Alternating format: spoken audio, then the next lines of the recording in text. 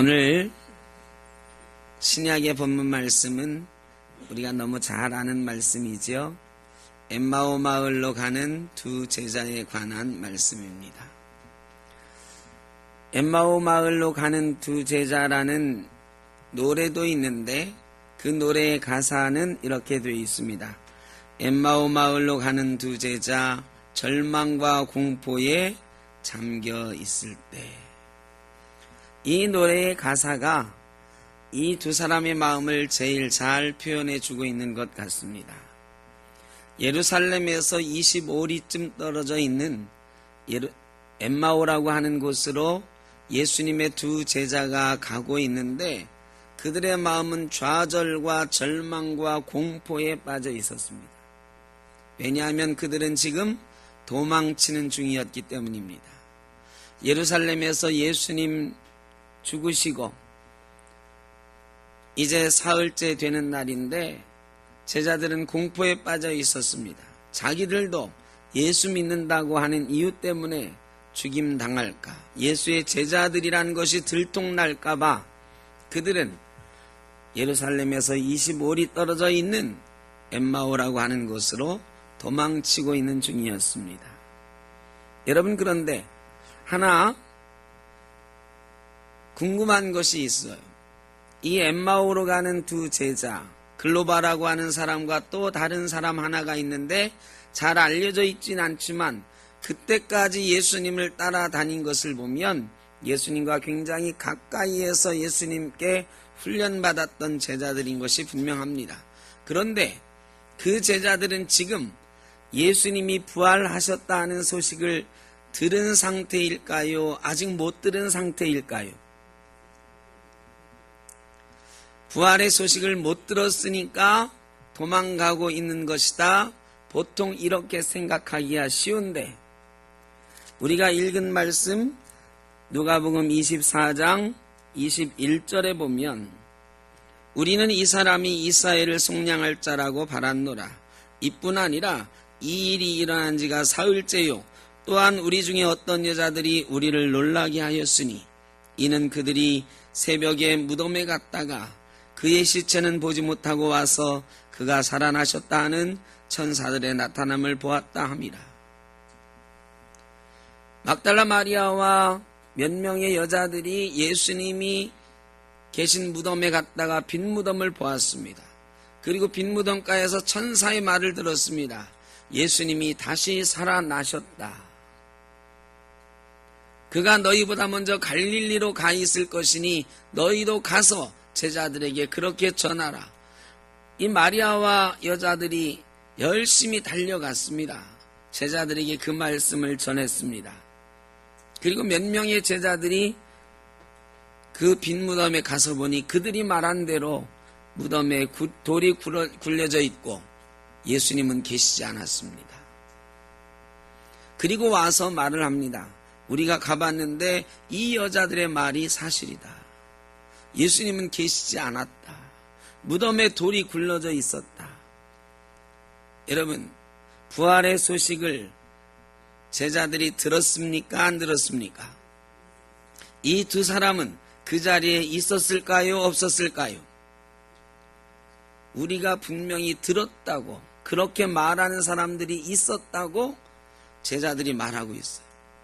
부활의 소식을 들은 다음에 일어난 일이에요. 놀랍지 않습니까?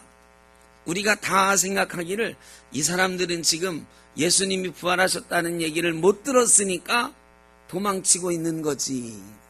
이렇게 생각하기 쉽지만 이 제자들은 예수님이 살아났다는 이야기를 들었습니다. 예수님이 십자가 지시기 전에 내가 사흘 만에 부활하리라 예언도 하셨고 여자들이 보았다 했어요. 그런데 이 제자들은 두려워서 좌절하고 절망하며 예루살렘을 떠나 도망하고 있는 것입니다. 여러분, 우리가 부활의 소식을 다 들었습니다. 지난주에 부활절 예배드린 지 일주일 지났습니다. 여러분, 지금도 부활의 기쁨 가운데 살고 계십니까? 우리 sem터교회 교인들은 다 부활의 기쁨 가운데 매일매일 살아가지만 때때로 어떤 사람들은 부활하신 예수님을 믿는다 하면서도 좌절하고 절망하면서 공포에 쌓여서 두려움 가운데 살아가는 성도들도 있는 것입니다. 오늘 엠마오로 가는 두 제자가 바로 그런 상태였습니다. 성경에는 하나님과 함께 있으면서도 하나님의 능력을 받았으면서도 두려워하고 떠는 사람들의 이야기가 꽤 많이 나옵니다. 여러 사람이 있지만 그 중에 오늘 우리는 모세를 봅니다. 출애굽기 5장 22절 23절 말씀은 모세가 하나님께 기도한 말씀이에요. 어떤 내용이냐? 미디안 광야에서 양을 치고 있던 모세를 하나님이 부르셨습니다. 가서 이스라엘 백성을 구원하라 말씀하셨어요. 그런데 모세가 처음에 나는 못 갑니다. 나는 부족한 사람입니다. 자꾸 빼니까 하나님이 아니다. 내가 너와 함께 할 것이다. 능력의 지팡이를 보여주시고 손이 변하는 기적도 보여주시고 이러면서 모세를 설득했어요. 모세가 하나님의 말씀을 이제 순종합니다. 알겠습니다. 가겠습니다. 아론도 너와 함께 하겠다. 고맙습니다. 감사합니다 하면서 갔어요. 이스라엘 백성에게 하나님이 내가 너희를 구원할 것이라고 말씀하셨다. 하나님이 너희를 애굽에서 탈출시키겠다고 말씀하셨다. 해방시키겠다고 말씀하셨다. 이스라엘 백성이 환호했습니다. 모세가 힘을 얻고 바로에게 갑니다. 왕이시여, 우리 백성이 하나님께 예배하러 광야로 나가야 되겠습니다. 하나님이 그렇게 하라고 명령하셨습니다. 모세는 이렇게 말하면 당연히 하나님의 능력으로 얘기하니까 바로가 들어줄 거라 생각했나 봅니다. 그런데요, 바로가 마음이 강팍해져서 어떻게 했느냐?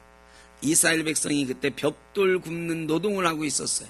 벽돌을 구워가지고 성을 쌓는데 이제까지는 옛날 벽돌 만들 때 뭘 집어넣었죠? 황토흙에다가 지푸라기를 넣었단 말이죠. 그래 그 당시에도 흙으로 벽돌을 만드는데 그 사이사이에 지푸라기를 넣어야 돼. 넣어서 막 반죽을 해야 벽돌이 깨지지 않아요. 근데 이 지푸라기를 구하는 거는 애굽 군인들이 해줬단 말이에요. 애굽 사람들이 해줬어요. 재료는 주고 벽돌을 만들었어요. 그런데 바로왕이 화가 나서 니들이 아무래도 너무 편한가 보다. 일이 편하니까 머리가 자꾸 움직여지지. 그러면서 머리 아예 못 쓰도록 시간이 없도록 내가 너희에게 일거리를 주겠다. 이번엔 지푸라기를 주지 않고 벽돌을 만들라는 거예요. 하루에 100장 만들었으면 지푸라기를 주지 않으면 그 지푸라기 구하는 시간만큼 빼줘야 되는데 빼주지 않고 똑같은 양을 만들라고 그랬어요. 백성들이 화가 났습니다. 모세한테 아니 당신 얘기 듣고 우리가 이제 애굽에서 나가는 줄 알았는데 이게 뭐냐? 당신이 말했던 하나님은 어디 있느냐? 우리가 이렇게 더 고생하게 생겼다. 모세와 아론에게 막 원망을 퍼부어댑니다. 그때 모세가 하나님께 나가서 기도하는 본문이 오늘 말씀이에요. 쉽게 말하면 하나님이 이럴 수가 있습니까? 바로가 말을 들어먹지 않는 건 둘째치고 더 우리 백성을 힘들게 합니다. 당신은 왜 우리를 구원해 주지 않습니까? 구원해 준다더니 이렇게 하나님께 따지고 원망하고 있는 거예요. 여러분, 모세 같은 사람이 하나님의 능력의 종이 하나님이 지도자로 세운 사람이 어떻게 그렇게 기도할 수 있을까? 우리가 아는 모세는 절대 그런 사람이 아니거든요. 그런데 모세도 상황 앞에서 좌절하고 절망하고 하나님을 원망하는 것입니다. 그때요, 하나님이 모세에게 대답해주고 모세를 위로하는 장면이 그 다음 장에 나오는데 그 다음 장 6장의 말씀을 제가 요약해드리면 알았다. 내가 너에게 조금 덜 말해준 게 있다. 내 말을 좀 들어봐라.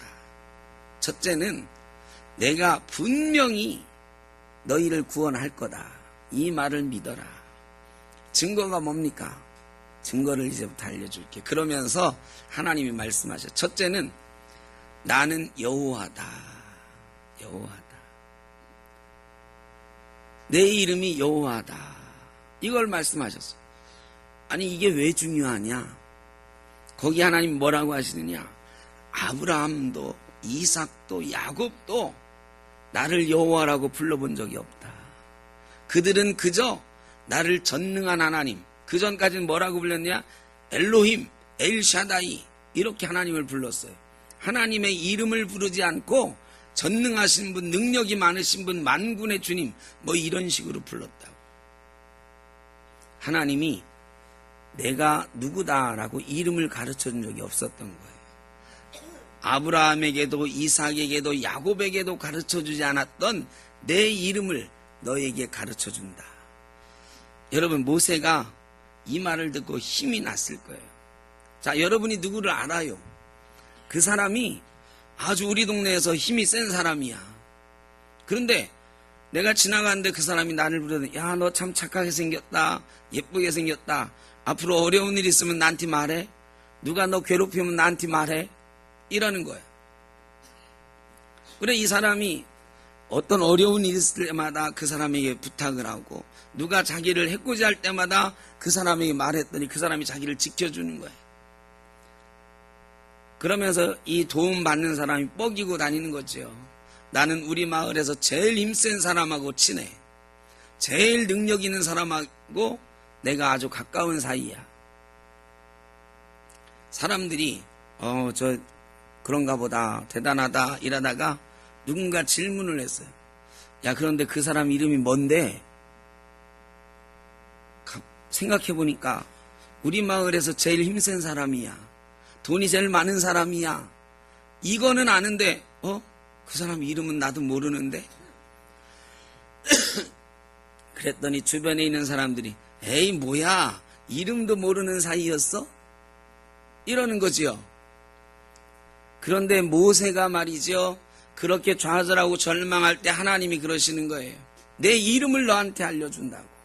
내가 여태까지 아무에게도 내 이름 안 가르쳐줬었는데 내 이름 주겠다고. 사업하는 분들 명함 갖고 다니잖아요. 명함을 주면서 내가 이런 사람이라고 얘기하잖아요. 이 명함 아무에게도 안 주는 건데 제가 드립니다. 뭐 이러면서 주면 이 명함 받은 사람이 으쓱하잖아요. 모세가 지금 그런 거야. 모세가 하나님이 나에게 이름을 알려주셨다. 우리 조상 아브라함에게도 이삭에게도 야곱에게도 이름을 안 알려주셨는데 나에게 이름을 알려주셨다. 그 이름이 바로 여호와, 야훼. 이 뜻은 스스로 있는 자다, 그런 뜻입니다. 다른 이 땅의 모든 존재들은요 하나님이 만드셨어. 누군가 만들었어요. 근데 하나님만은 스스로 있는 존재. 이 말은요 천지 만물이 다 누구에게서 시작이 됐다? 하나님에게서 시작됐다. 이 천하 만물이 다 내 거고 내가 만든 거고 내 속에서 시작된 것이다. 하나님이 그런 이름을 알려주신 거예요. 이 이름을 아는 사람은 너밖에 없었다. 네가 처음이다. 모세가 힘이 나는 거죠. 그 다음에 내가 약속을 잘 지키는 하나님이다. 약속한 건 반드시 지킨다. 내가 아브라함에게 약속했던 것, 이삭에게 약속했던 것, 야곱에게 약속했던 것, 요셉에게 약속했던 것, 너하고 약속했던 것 반드시 지키겠다. 그러니까 너는 나를 믿어라. 세 번째는 그 약속을 이룰 사람은 다른 사람이 아니다. 바로 너를 통해서 이룰 거다. 모세야, 바로 네가 내 말을 이룰 사람이다. 여러분, 모세가 얼마나 감동했겠어요. 하나님이 이름도 알려주시고 하나님의 뜻을 이룰 사람은 너밖에 없다고 해주시니까 모세가 다시 힘을 얻어서 바로에게 간 거예요. 그리고 이스라엘을 구원하는 역사가 시작된 것입니다. 여러분, 우리가 예수 믿었을 때 말이죠, 세상을 다 얻은 것 같았잖아요. 그런데 시간이 지나면서 이 엠마오로 가는 제자들처럼 두려움에 쌓일 때가 있고 모세처럼 좌절할 때가 있어요. 그런 때에 예수님이 나타나셔서 우리에게 말씀해 주시고 하나님이 우리에게 나타나셔서 말씀해 주시는데, 어떤 사람은 그 말씀을 듣고 다시 모세처럼 힘을 내요. 그런데 어떤 사람들은 엠마오로 가는 두 제자들이 예수님을 못 알아본 것처럼 예수님이 옆에 계셔도 여전히 좌절하고 여전히 절망해요. 그리고 세상에 지는 거예요. 오늘 아침에 참 마음 아픈 뉴스가 하나 있었습니다. 저 청주 옆에 증평이라고 하는 곳에 한 가정이 있었는데요. 남편이 10만이었어요. 산삼을 캐는 사람이었죠. 근데 그 일이 잘 안 되었는지 빚이 많았어요. 그 가정이 빚을 수천만 원 졌어요. 이 산삼 캐던 남편이 그만 자살하고 말았어요. 더 이상 내가 감당할 수가 없다. 그대로 몇 달이 지났습니다. 남편이 남긴 빚을 이 남겨진 부인이 감당할 수가 없었어요. 4살짜리 아이하고 둘이 사는데요. 도저히 빚은 자꾸 늘어나고 공과금도 내지 못하고 월세도 밀리고 더 이상 살 수 없게 되었습니다. 언젠가부터 그 집 앞에 공과금 고지서가 쌓이기 시작했어요. 아파트 관리인이 경비 아저씨가 이 고지서가 자꾸 쌓이는 것을 보고 문을 두드려 봤는데 소식이 없어요. 경찰에 신고해서 문을 열고 들어가 봤습니다. 30대의 젊은 어머니와 4살짜리 아이가 이미 죽은 지 2달이 넘은 채 발견이 됐습니다. 얼마나 절망스러웠을까요? 얼마나 좌절했을까요? 세상은 그렇습니다. 세상에 희망이 보이지 않을 때가 있고 절망할 수밖에 없을 때가 있어요. 근데 우리 예수 믿는 사람들은 그런 좌절과 절망 속에서도 희망을 보는 사람들이지요. 왜? 예수님이 무덤에서 사흘 만에 다시 살아나셨다는 부활의 소식을 들은 사람들이고 믿는 사람들이기 때문에 그렇지 않습니까?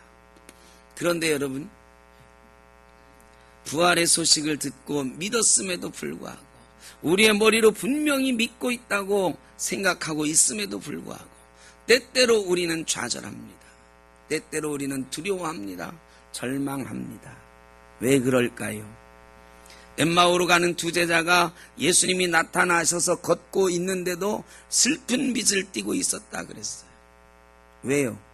눈이 가려져서 예수님을 알아보지 못했다 그랬습니다.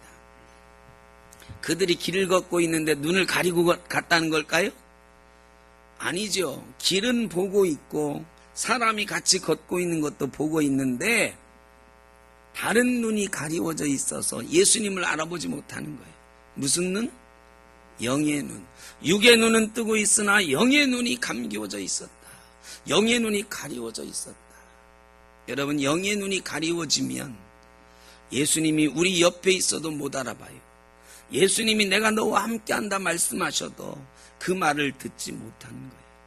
그래서 우리는 세상에 살 때 좌절하고 절망하게 되는 것입니다. 여러분, 눈이 침침해지고요. 요즘처럼 미세먼지가 많을 때는 어떻게 하면 됩니까? 잘 안 보여. 침침하고 막 먼지가 들어가서 눈이 따갑고 잘 안 보여요. 그런 때 어떻게 하죠? 씻어내야죠. 또 뭐 인공 눈물 같은 걸 눈에다 넣어가지고 이렇게 씻어내는 거예요. 여러분, 우리의 눈도 그렇게 가리워져 있을 때가 있어요. 먼지 같은 이 세상, 우리 눈을 자꾸 찌르고 우리 눈을 감게 만들고 눈을 뜨지 못하게 만드는 세상의 많은 일들 가운데 살아가고 있어요. 어떻게 우리 눈을 뜰 수 있을까요? 약을 넣어야 돼요. 제가 시력이 굉장히 나쁜데요. 이거 안경 벗으면 이 성경책 지금 제가 못 읽어요. 안 보여요. 이렇게 해야 보입니다. 그래서 안경을 썼잖아요. 안 보이면 안경을 써야 돼요. 여러분, 영적으로 눈이 감겨 있거나 영적으로 눈이 침침해져 있거나 영적으로 보이지 않을 때 약을 넣어야 돼요. 안경을 써야 돼요. 우리 영의 눈에 약이 되시는 분, 우리 눈에 영의 안경이 되시는 분, 바로 성령님이십니다. 성령님이 그들의 눈을 밝게 하셔서 예수를 알아보았다 그랬어요. 엠마오로 가는 제자들이 말이죠. 예수님 말씀을 듣고 예수님이 떡을 떼어 주실 때에 그들의 눈이 밝아져서 예수님을 알아보았다 그랬어요. 예수님이 똑같은 예수님인데 눈이 밝아지니 알아보았다. 영의 눈이 떠지니 알아보는 것입니다. 여러분 옆에 예수님이 지금 계십니까? 부활하신 주님이 계십니까? 하나님이 계십니까? 알아보고 계셔요? 여러분이 보고 계셔요? 점점 목소리가 작아지네. 예수님은 우리 곁에 계십니다. 하나님은 우리 곁에 계십니다. 부활하신 주님이 우리와 함께 계십니다. 그럼에도 불구하고 우리의 눈이 가리워져 있으면 우리가 볼 수 없는 거예요. 영의 눈이 떠져야, 영의 눈이 밝아져야 예수님을 볼 수 있는데 우리 영의 눈을 밝히시는 분이 바로 성령님이십니다. 예수님이 요한복음에 보면 이제 하늘에 올라갈 때가 가까이 왔을 때에 예수님이 제자들 보고 안타까워하셨어요. 그래서 요한복음 13장에서 16장까지 긴 장에 걸쳐서 말씀하셔요. 내가 이제 갈 때가 되었다. 제자들이 슬퍼해요. 너무 슬퍼하지 마라. 내가 가는 게 좋다. 내가 너희 곁에 없어지는 게 좋다. 왜 없어지는 게 좋아요? 내가 가야 보혜사가 오신다. 내가 가야 성령님이 오신다. 여러분, 예수님은 하늘로 올라가셨어요. 예수님이 우리 옆에 지금 계시지 않아요. 육의 눈으로는 볼 수가 없어요. 그런데 주님은 세상 끝날까지 우리와 함께 하신다고 말씀하신 줄로 믿습니다. 그 주님이 우리와 함께 하시는 것을 어떻게 하면 볼 수 있다고요? 성령님이 오셔서 우리의 눈을 뜨게 하시면 보게 될 줄로 믿습니다. 그래서요, 부활 이후에 7주가 지나면 성령 강림절이에요. 부활 이후에 우리는 성령님을 기다리는 거예요. 부활하신 주님을 늘 우리 삶에 모시고 우리와 동행하시길 바라면서 성령님이 오셔야 그게 가능한 일이니까 성령님 오시옵소서 하면서 기다리고 또 기다리는 것입니다. 요한복음 14장에 주님이 그랬어요. 성령님이 우리에게 오시면, 보혜사가 너희에게 가시면 그날에는 내가 아버지 안에, 너희가 내 안에, 내가 너희 안에 있는 것을 너희가 알게 되리라. 주님이 우리 안에 계시는 것을 성령님이 오시면 우리가 알게 되는 줄로 믿습니다. 우리가 주의 안에 있게 되는 것을 성령님 오시면 알게 되는 줄로 믿습니다. 우리가 주님하고 주님이 우리 안에 있고 주님이 우리가 주님 안에 있는 이 놀라운 사실을 성령님이 오시면 알게 되는 거예요. 이 중에는 이미 알고 있는 분도 있고 우리 옆에 계시는 주님을 늘 뵙고 사는 분들도 있습니다. 그러나 어떤 분들은 주님이 보이다가도 안 보이고 주님이 계시다가도 내가 어려울 때는 왜 안 계시지 싶고, 주님이 지금 필요한데 왜 지금 주님은 응답하지 않으시지 할 때도 있는 분이 있을 것입니다. 저도 그렇거든요. 때때로 우리가 영적으로 나태해지고 영의 눈이 가리워지면 주님이 보이지 않고 우리 주변의 환경만 보여요. 어려운 환경만 보여요. 그래, 그 증평의 그 모녀처럼 절망하게 되고 좌절하게 돼요. 예수 믿지 않는 사람이니까 그렇게 죽었겠지? 아니에요. 예수 믿는 사람들도 그렇게 좌절하고 절망하는 사람이 얼마나 많은지 모릅니다. 그럴 때 우리를 살게 하시는 분, 우리를 예수 그리스도와 만나게 하신 분이 성령님이시다. 예수님은요, 우리를 자유케 하려고 십자가 지신 거예요. 우리를 죄에서 구원하시고 죽음에서 자유케 하시려고 부활하신 거예요. 그런데 우리는 예수 믿고 자유함을 얻은 존재들인데 때때로 부자유스러워요. 왜? 돈이 없어서 부자유스럽고요. 내 꿈이 성취 안 돼서 부자유스럽고, 사람의 벽에 막혀서 부자유스럽고, 부자유로운 게 너무 많아요. 때로는 죄 가운데 살게 돼서 또 부자유스럽고. 우리는 자유를 누려야 되는 존재인데 왜 자유를 누리지 못하는가? 예수님이 우리 옆에 계신 것을 모르기 때문에. 예수님이 안 계신 건 아니에요. 예수님은 계시는데 보지 못하는 거예요. 예수님을 보아야, 예수님 안에 거해야 우리가 자유롭게 되는 것입니다. 제자들이요, 자기들끼리 예수님이 이제 떠나시고 나서 자기들끼리 얘기하는 거예요. 예수님을 알아보았는데 예수님은 떠나셨어. 그분이 말씀하실 때 내 마음이 뜨거워졌거든. 네 마음은 어떻느냐? 내 마음도 뜨거워졌어. 마음이 뜨거워지다. 여러분, 우리 마음에 불 붙는 듯한 열정이 생기는 거예요. 불 붙는 듯한 믿음이 생기고 용기가 생기는 줄로 믿습니다. 우리 주님 만나면 용기가 생겨요. 열정이 생겨요. 두려움이 없어져요. 마음이 뜨거워져요. 제자들이 일어났어요. 그 겁쟁이 제자들이 일어나서 예루살렘으로 돌아갔다 성경은 기록하고 있습니다. 불과 얼마 전까지만 해도 도망치던 사람들이 이제 일어났습니다. 예루살렘으로 갔습니다. 예수님을 만나면 용기가 생기는 거예요. 예수님을 만나면 마음이 뜨거워지는 거예요. 여러분, 예수님을 만나서 마음이 뜨거워지고 예수님 말씀에 감동되고 다시 일어나 예루살렘으로 가게 될 힘이 어디서 생깁니까? 모세가 다시 바로왕에게 나아갔습니다.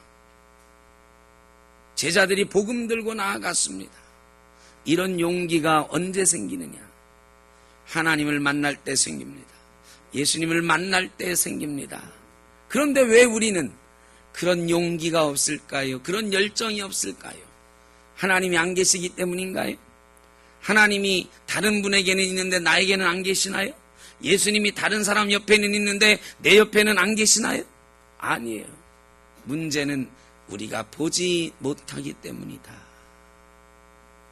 보지 못하는 이유는 뭐 때문이다? 영의 눈이 가려져 있기 때문이다. 우리의 영의 눈을 떠야 됩니다. 우리 눈이 뜨게 될 때 우리는 하나님을 봅니다. 예수님을 봅니다. 예수님을 만나게 되는 것입니다. 여러분, 영의 눈이 떠지기를 주의 이름으로 축원합니다. 그 영의 눈을 뜨게 하시는 분이 성령님이십니다. 우리 옆에 분하고 한번 인사하시죠. 성령님이 당신의 눈을 뜨게 하실 줄로 믿습니다.